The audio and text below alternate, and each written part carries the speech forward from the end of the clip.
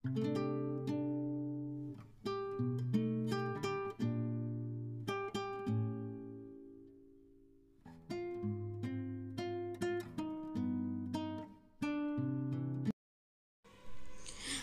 আবারও চলে এসেছি নতুন একটি ভিডিও নিয়ে। তবে আজকে কোনো রেসিপি ভিডিও না, আজকে আমি তৈরি করব হোমমেড সাবান।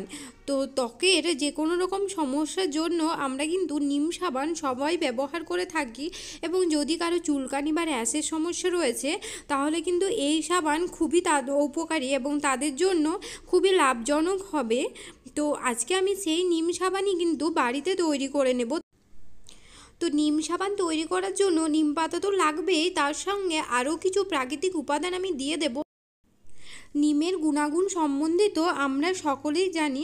বাচ্চাদেরকে অ্যালার্জির কোনো সমস্যা থাকলে নিম পাতা জল দিয়ে স্নান করাতে বলা হয়। এছাড়াও সব রকমের অ্যালার্জি, র্যাশ অথবা ত্বককে সুন্দর রাখতেও কিন্তু নিম পাতা খুবই উপকারী।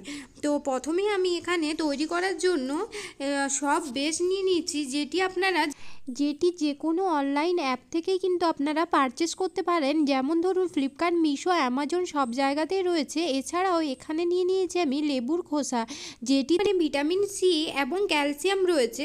তো সেই জন্য আমি এখানে লেবুর খোসা নিয়ে নেব। লেবুর খোসাগুলির মধ্যে যে সাদা অংশটি থাকে সেটি আমি এভাবে ছুরির সাহায্যে আলতো হাতে বাদ দিয়ে দেব। এছাড়াও লেবুর খোসার মধ্যে কিন্তু খুব সুন্দর একটি সুগন্ধ আছে, তো যেটি আমি সাবানের মধ্যে দিলে সাবান থেকে খুব সুন্দর একটি সুগন্ধ বেরোবে। তো সেই জন্যও আমরা লেবুর খোসা ব্যবহার করে থাকি। আর লেবুর খোসার মধ্যে থেকে ভিটামিন সি সহ বেশ কয়েকটি অ্যান্টিঅক্সিডেন্ট সরবরাহ করে, যা আমাদের ত্বকের ইমিউনিটি সিস্টেমকে রক্ষা করে এবং রোগ প্রতিরোধ ক্ষমতাকে বাড়িয়ে দেয়।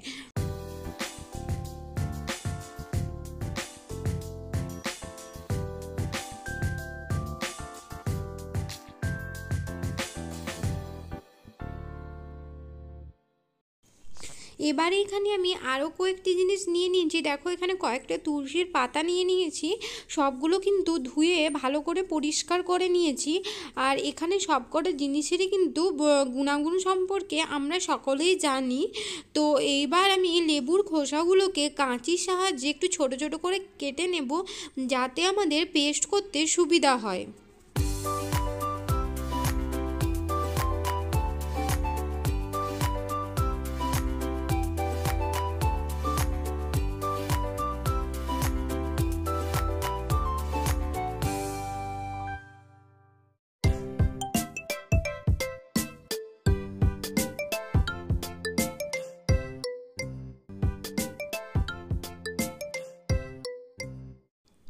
এবার এখানে আমি একটি মিক্সিং জার নিয়েছি এবং মিক্সিং জারের মধ্যে সব রকমের পাতাগুলিকে দিয়ে দেব। প্রথমে আমি তুলসী পাতা নিয়েছি এবং তারপর নিম পাতাগুলো নিয়ে নিয়েছি। এবার আমি দিয়ে দেব লেবুর খোসা এবং সঙ্গে দিয়ে দিতে পারেন কিছুটা অ্যালোভেরা। তো সব কিছু ভালোভাবে মিক্সিং জারের মধ্যে নিয়ে নেব। আর অ্যালোভেরা যদি কারো শ্যুট করে না থাকে তাহলে কিন্তু সেটি অ্যাভয়েড করতে পারেন। তো এবার এখানে জল দিয়ে একটি মিহি পেস্ট করে নেব। আর এখানে নিয়ে নিয়েছি একটি কাঁচা আলু। কাঁচা আলুটাকে আমি গ্রেটারের সাহায্যে গ্রেট করে নিয়েছি। এবার এটিও কিন্তু মিক্সিং জারের মধ্যে নিয়ে পেস্ট করে নেব। আলুর রস আমাদের ট্যান এবং ত্বকের বলিরেখা দূর করতে সাহায্য করে। তো এইরকম একটি থকথকে পেস্ট তৈরি করে নিতে হবে। তো এবার এদিকে আমি সাবান তৈরির জন্য বাকি কাজটি করে নেব। একটি আমি এখানে স্টিলের পাত্রের মধ্যে কেটে রাখা সব বেশগুলো নিয়ে নিয়েছি। আর এখানে একটি কড়াইতে জল নিয়ে নিয়েছি, যেটির ওপর আমি বসিয়ে সব বেশটি গলিয়ে নেব। সব বীজটিকে আপনারা যতটা ছোট ছোট টুকরো করে কাটবেন তত তাড়াতাড়ি এটি গলে যাবে। তো এইভাবে আমি জলের উপর বসিয়ে গলাবো, ডিরেক্ট কিন্তু এটিকে গলানো যাবে না।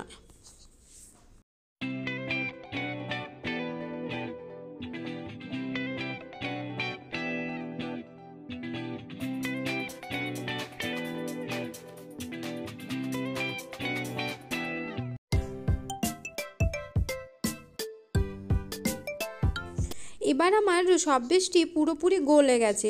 যখনই আমার পুরোপুরি গলে যাবে তখন আমি কিন্তু এই পেস্টটি তার সঙ্গে মিশিয়ে দেব। সব পেস্টটিকে আমি একবার দিয়ে করে নাড়িয়ে ভালোভাবে গুলিয়ে নেব, একেবারে পুরোটা আমি দিয়ে দেব না। তো এবার আমার ভালো করে গুলিয়ে নিতে হবে। সব কিছু ভালোভাবে মেশানো হয়ে গেলে নামিয়ে করে এখানে আমি দিয়ে দেব মধু। তো এটা আমার কিন্তু কেনা মধু, আপনারা চাইলে বাড়ির মধুও দিতে পারেন যদি সেটি অরিজিনাল পেয়ে থাকেন, তাহলে তো খুবই ভালো হয়। তো এবার আমি মধুটি দিয়ে ভালোভাবে নাড়িয়ে নেব। এবার এটিকে বসানোর জন্য সব মোলটি ঢালার মতো একেবারে আমার রেডি হয়ে গেছে। এবার আমি এটিকে সব মোলটি ঢেলে নেব।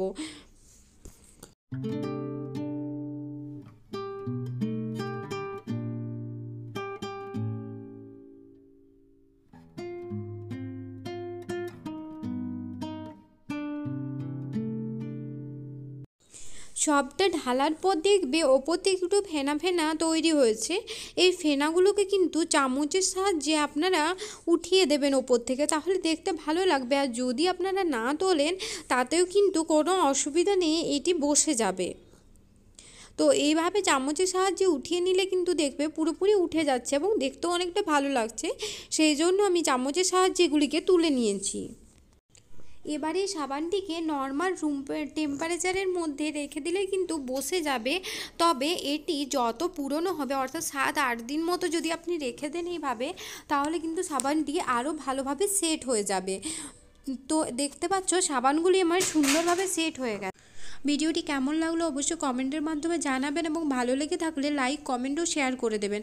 আর যে সকল বন্ধুরা আমার চ্যানেলটি এখনও সাবস্ক্রাইব করেননি তারা অবশ্যই চ্যানেলটি সাবস্ক্রাইব করে পাশে থাকবেন।